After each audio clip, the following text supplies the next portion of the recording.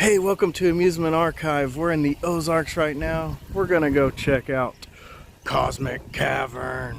It's gonna be so awesome. Let's go take a look. Not exactly the code.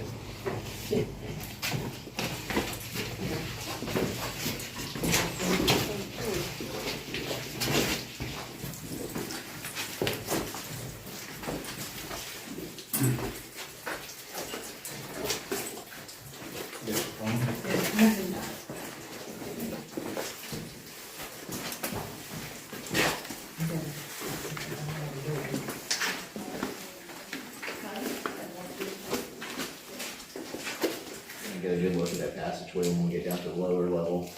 And then finally, just a whole lot of time. So geologists estimate for caves in the Ozarks, they started to form somewhere between 300 and 400 million years ago. Now, regarding the discovery of this cave, the date that we list, we should probably place an asterisk by that, because in all likelihood, you had Native Americans come by the opening of the cave, and the date was not documented. Northwest Arkansas, we get Quapaw from central Arkansas up here, Osage from northeast Oklahoma. But back in the day, you didn't have the gnarly stairs, no electricity. So you're staring at 75 feet worth of darkness, you're probably not going to want to mess with that, right? Yeah. So the date we go by for the discovery of this cave is September 4th, 1845. And what happened, there's a prospector rolling through here, Johnny Warren. What he was looking for was galena, which is just a fancy word for lead. Came down here, didn't find any galena, nor any other precious minerals. So the cave fell asleep up until the 1880s. The land that the opening of the cave was on, this is the only opening that we know about, was purchased by a family from the Bavarian region of Germany. They were farmers that migrated to the United States, and they were curious about this place, so they decided to hire some geologists to scope it out. Scope trick is an old caver one that allowed him to know that back there was a chamber partially filled with water. And what will happen is about 2-3 times a year, we close off the upper level to allow some cavers to show up here and just excavate at the tunnel. At the beginning of the season, it went about approximately 75 feet, and they have cracked into the chamber a little bit to see into, and they'll probably come back in the next couple of weeks, next couple of months, and make it large enough to fit all the way through.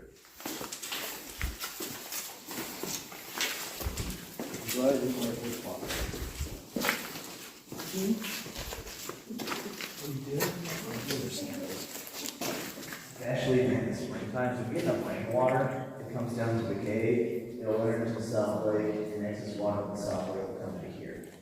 Now, the drainage system for this room exists beneath these pile of rocks and these ledge down here. What's happening is rapids is pulling that water downhill. A lot of streams come from underground sources such as this. And one from now, this room's going to be filmed dry. Now, when it rains, it takes surface level water approximately 12-24 hours to make its way into the cave. It's a good thing, we don't have to worry about flash flooding. And once the water gets down here, it's very consolidated. So depending on conditions, an inch of top can convert roughly into a foot and a half of water down here, 100 years worth of growth. And then every once in a while, you see stalactites, stalagmites, mergers, and another. Does anyone know what these ones are called? I can call it a stalactite mite, you might believe me, maybe? I'm telling the truth, but it'd be cool. So these are actually called columns for pillars, which is really a boring name for in comparison to stalagmite, stalactite. But when we get back to my favorite part of this tour, I'll show you a real good example of a column. It's going to be Andrew all the way down there.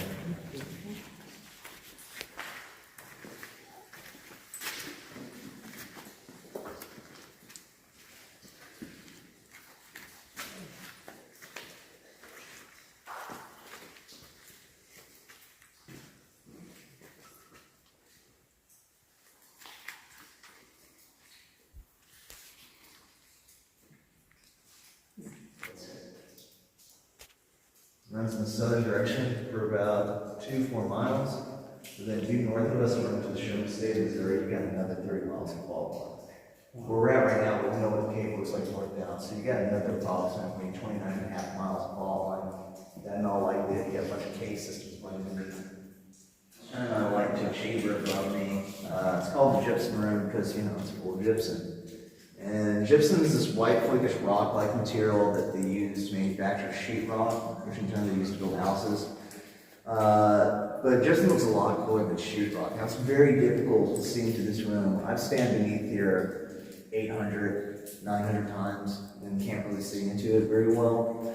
But in the visitor center, we have examples of gypsum that we allow you to handle. So that's where you can get a good look at it. So when we're up there, haul it out to me, my name's Adam, be like, Adam, I want to see some of that gypsum. And this stuff is really soft. You can rub your fingers and come across it and it flakes right off.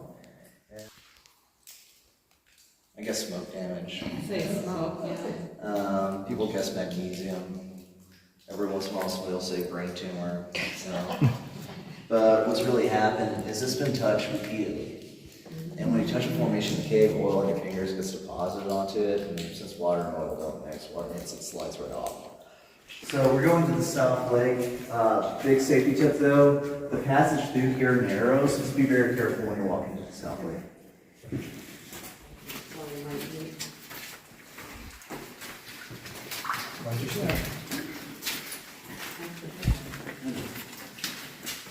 Also watch your head in the center here. It lowers down a little bit.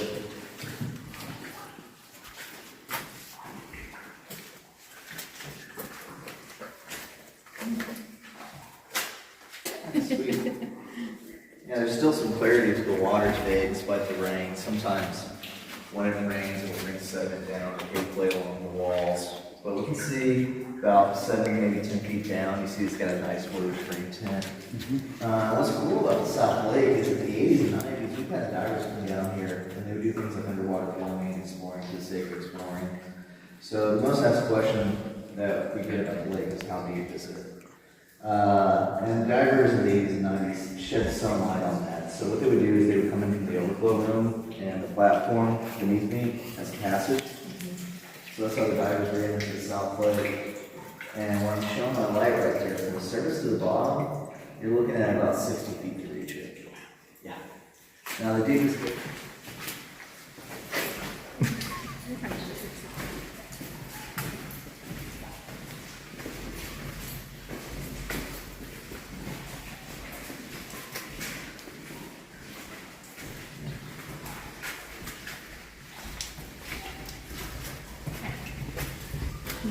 Here we go. Some more. Alright, watch your head here. Okay. Watch your head here. Here it is.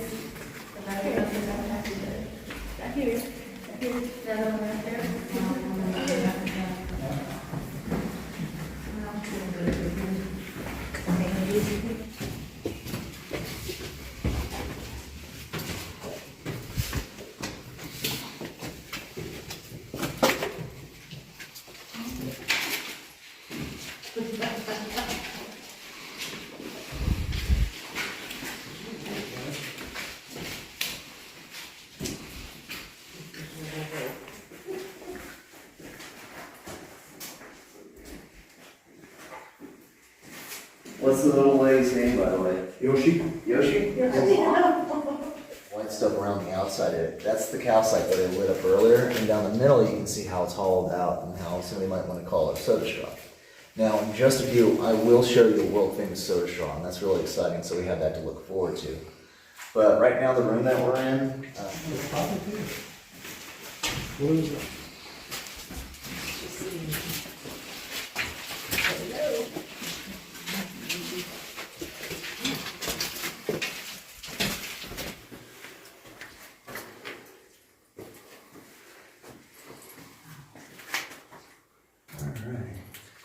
so through here, we call it Silent Splendor.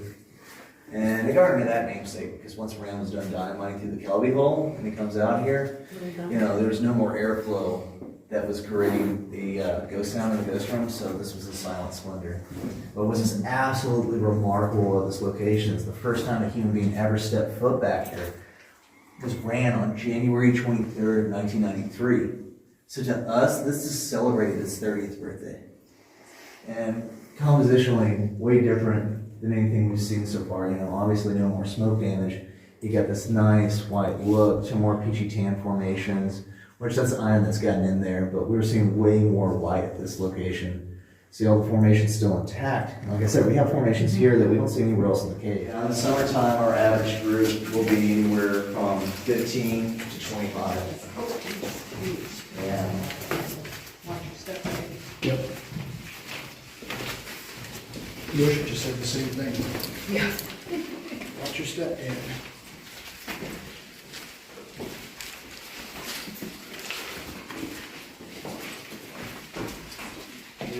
And when the light's on there, you can't see the cave hairs too well, but you know where to look at. But on these columns and stalactites, you can see cave hairs growing off of it, and it looks like wispy, like facial hair an adolescent might try to grow if they're trying to do a goatee through there, which is really cool. These are some great examples of cave hairs through here. And then also, no one notices this more often than not, but walking by, you look at the ceiling, get a whole bunch of geodes. Now, when you see the sort of greenish color on them, that's algae growing on it, because heat, light, moisture, photosynthesis, it's a product of the artificial light down here. Sometimes you'll see mosses growing or ferns, technically a form of contamination, but we have to eliminate the walkways.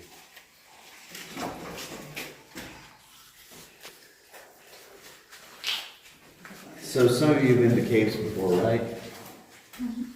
You've seen the cave bacon? Mm-hmm.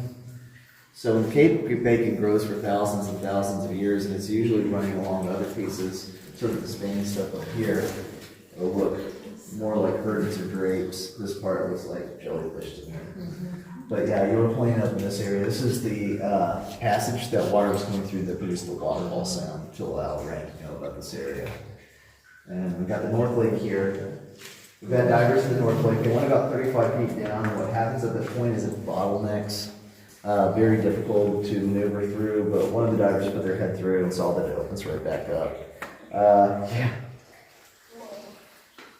So we call this area the OMG room. What happened a day later after Rand discovered Silent Splendor on January 23rd, 1993, on the 24th, he saw this area and said, "Oh my gosh," and they just started calling it the OMG room. Yeah. No. Here's where we came in.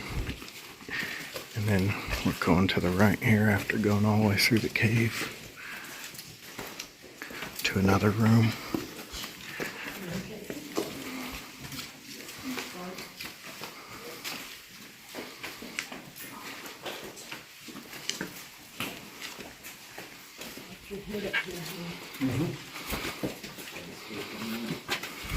And then, you guys coming from Texas? Yes. What part? He's in Dallas on East Texas. East Texas? Okay. Last room we go to the boot room, so we're gonna go down another tunnel. You dug down 50 feet. This is that hairpin You're on the turn. road, aren't you? Yeah. And then the second flight of stairs is super time next. Oh, we got it. Yeah.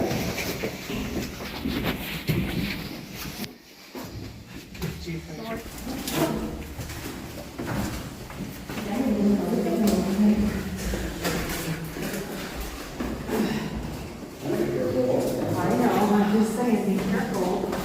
You're kind of, how far is it? Oh, that's all, once everyone gets outside that we are now.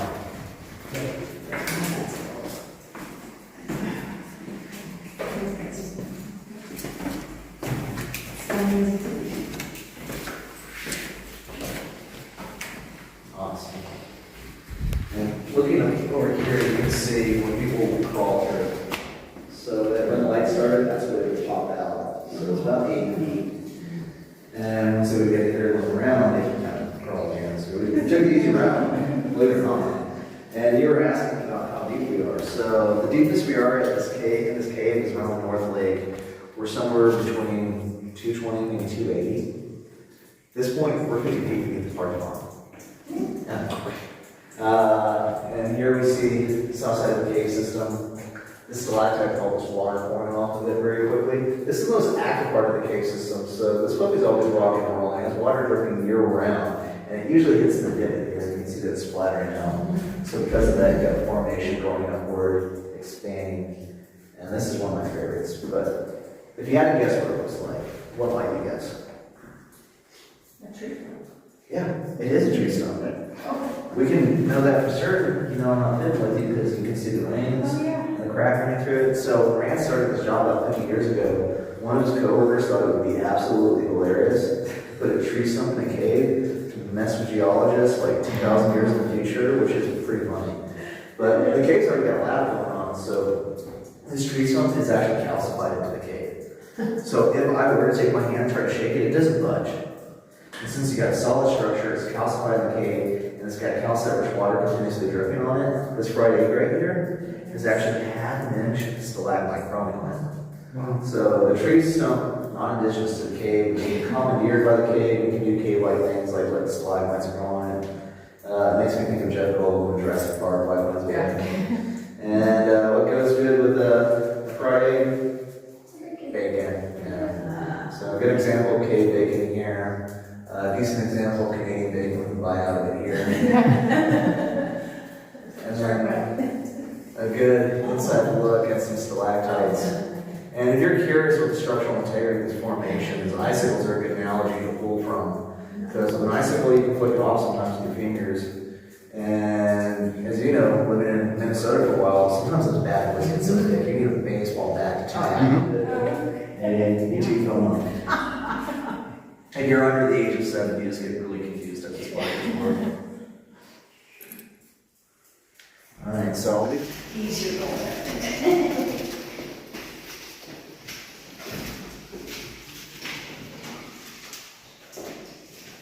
Cave museum up here on top of the gift shop.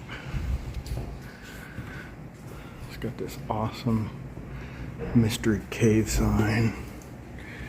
Just a bunch of cool stuff from the cave.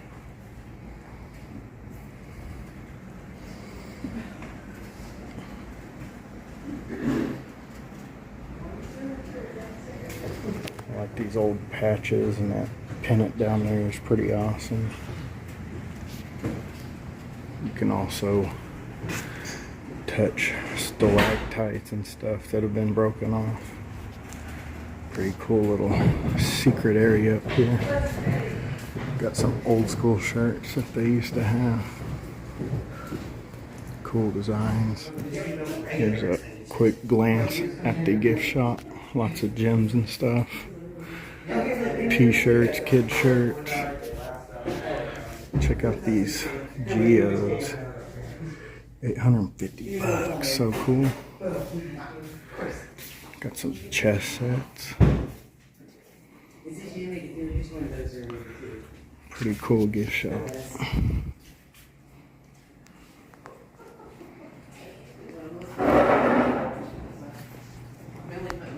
Oh, yeah. Or at least get you a postcard of what you missed out on. My favorite one? Man, that was such a fun cave tour. Really cool. Check it out in, I believe, Berryville, Arkansas. Really cool. Cosmic Cavern. This is the Amusement Archive. Thanks for taking the trip with us. Check the playlist, see if there's something you're interested in. Have some fun watching some videos. Please like and subscribe. I'll see you in the next video.